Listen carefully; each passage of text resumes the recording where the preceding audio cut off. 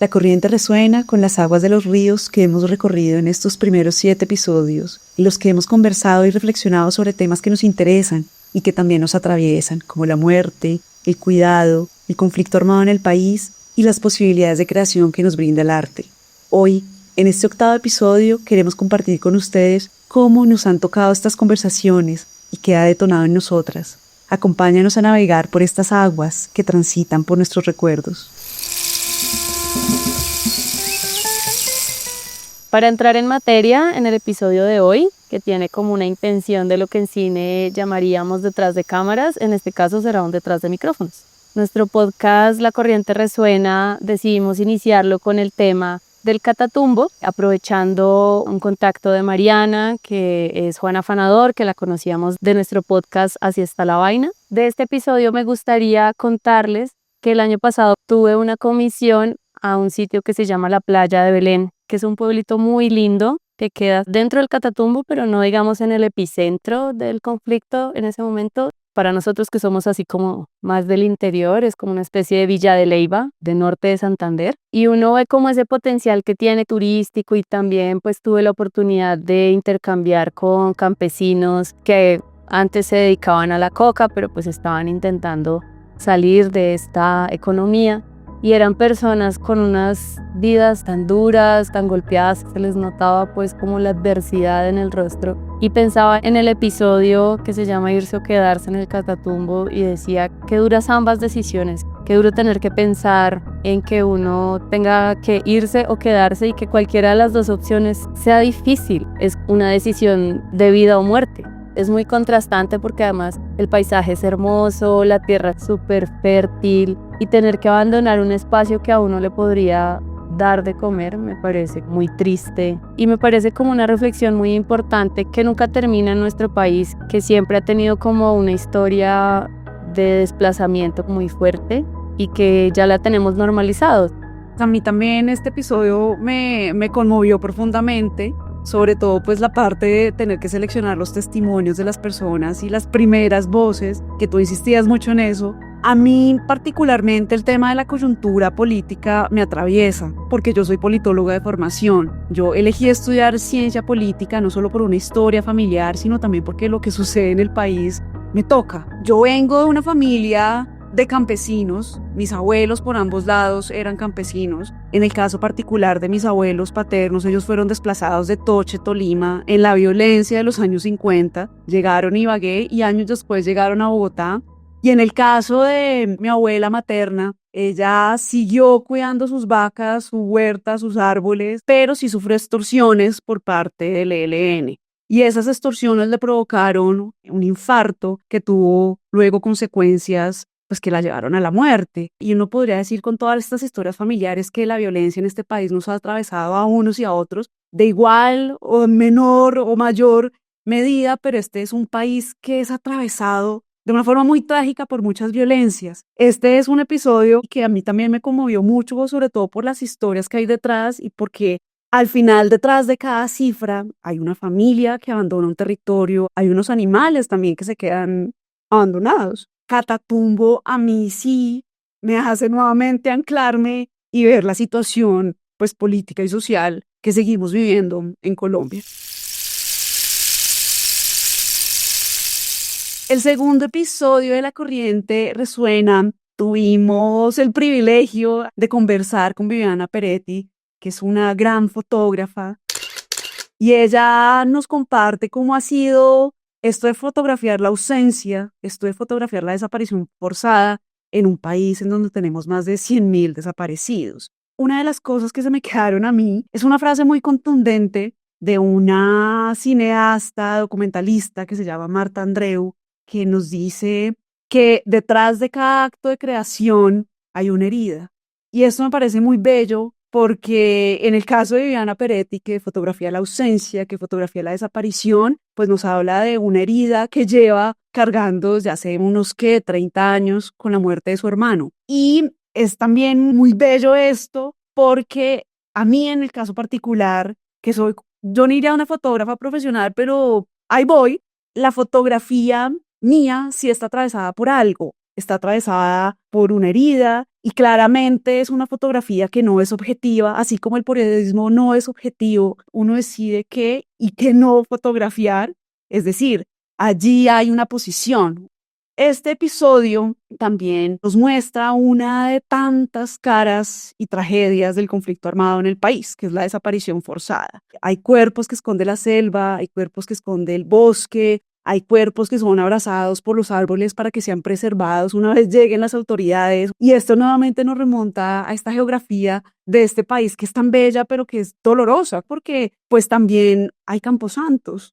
Cuando estaba trabajando en el episodio, me llamaba mucho la atención cómo una europea termina en Colombia, primero que todo, vino de turismo, y luego como descubrir que además tiene como una historia como trágica y que por eso llegó acá, es como una especie de sincronía del universo de alguna manera. Yo siento que ella y fotógrafos como Jesús Abad Colorado son personas demasiado fuertes que miran al país de una manera muy poderosa y muy valiente, porque además es un trabajo que le pone a uno la vida en juego, ¿no? Porque pues también uno está denunciando algo que está pasando y eso en este país no es nada seguro. Lo que hacía Sebastián Salgado, que es uno de los referentes que yo recuerdo que cuando fui a ver el documental La Sal de la Tierra en el cine, yo lloraba sin parar. Y aunque es un documental que tiene como un final feliz, de todas maneras me parece impresionante cómo ese señor podía levantarse todos los días a seguir retratando ese dolor tan fuerte que existe.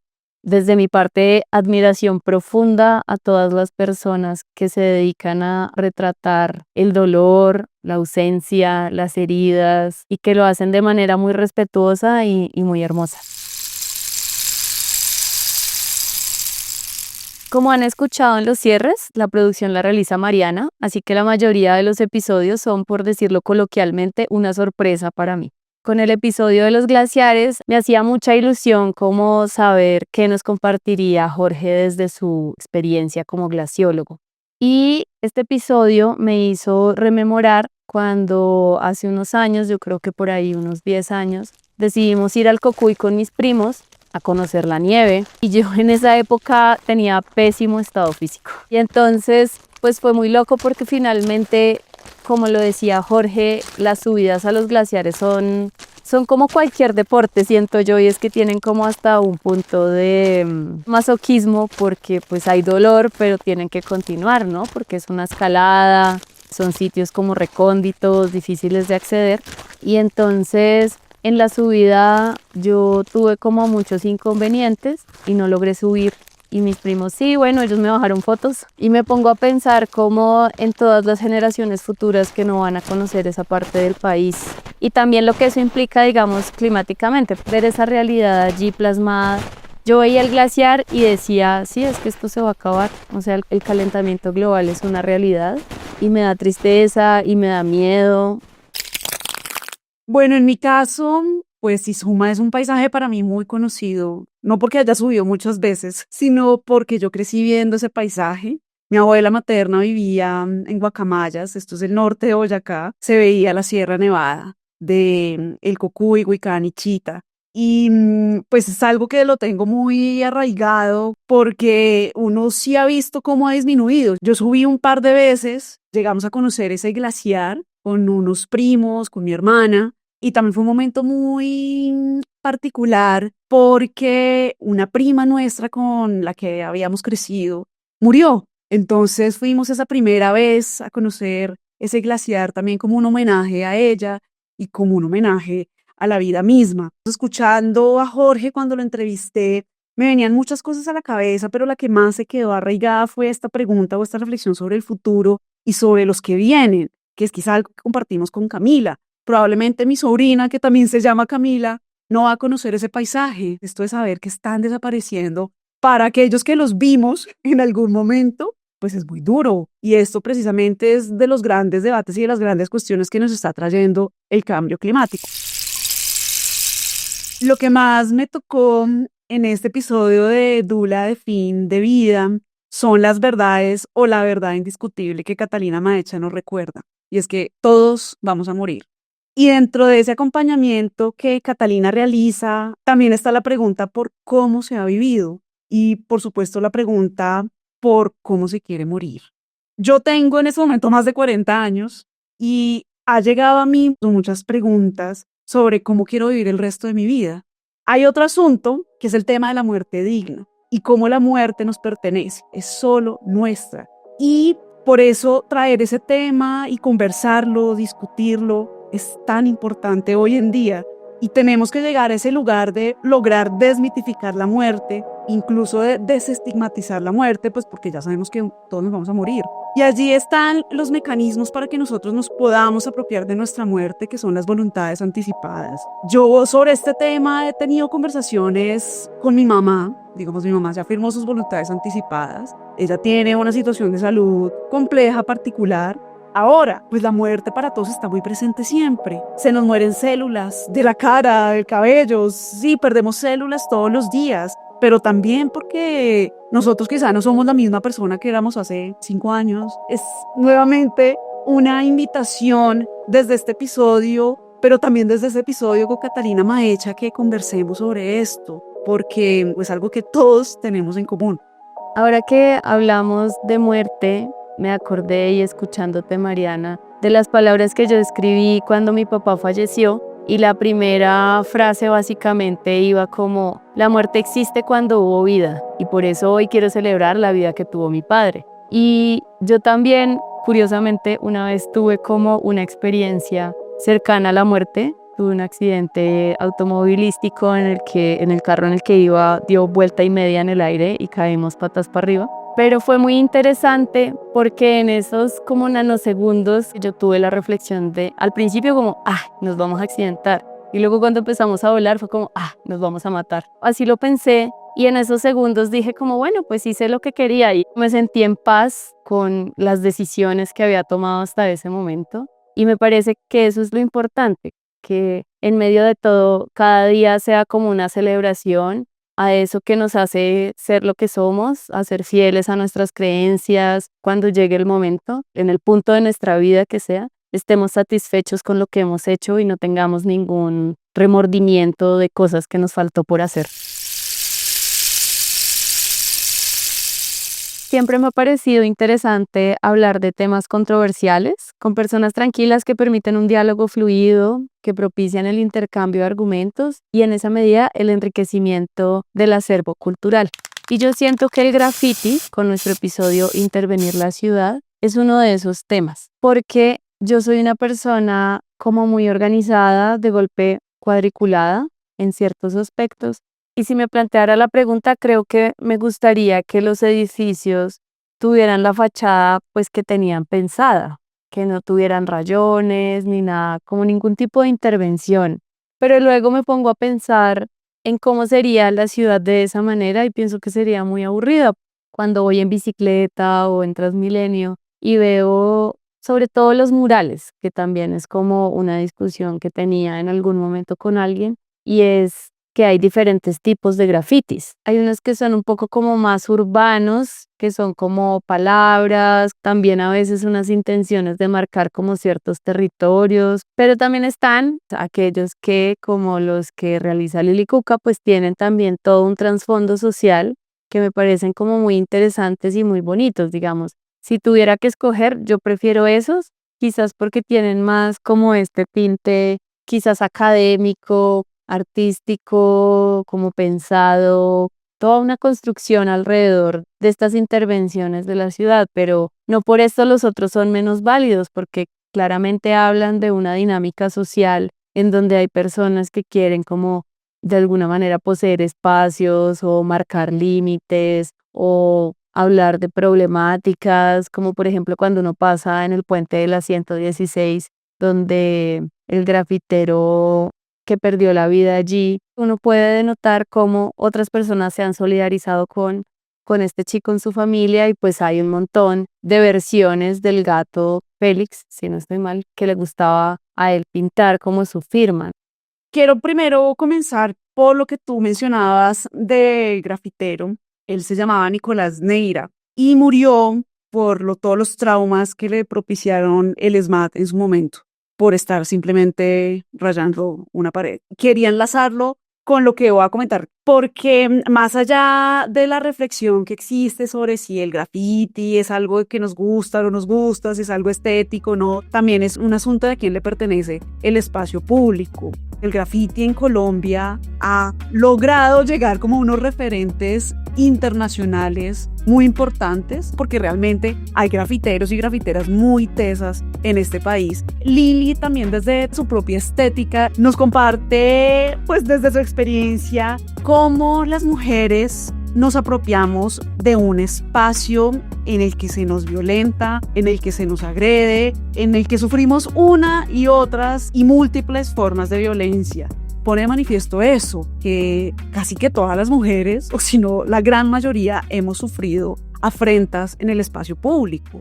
Y ella cuenta también ciertas historias con su gráfica y con su arte. Y Lili de una u otra forma pone, a mi parecer, pone linda Bogotá. Y maravilloso que el arte nos incomode, maravilloso que el arte nos interpele y que nos ponga a pensar sobre muchas cosas y sobre las formas también en que nosotros habitamos esta ciudad, que es tan difícil para muchos, ver cómo estamos habitando formas, ciudades, lugares, pero también cómo nos está interpelando.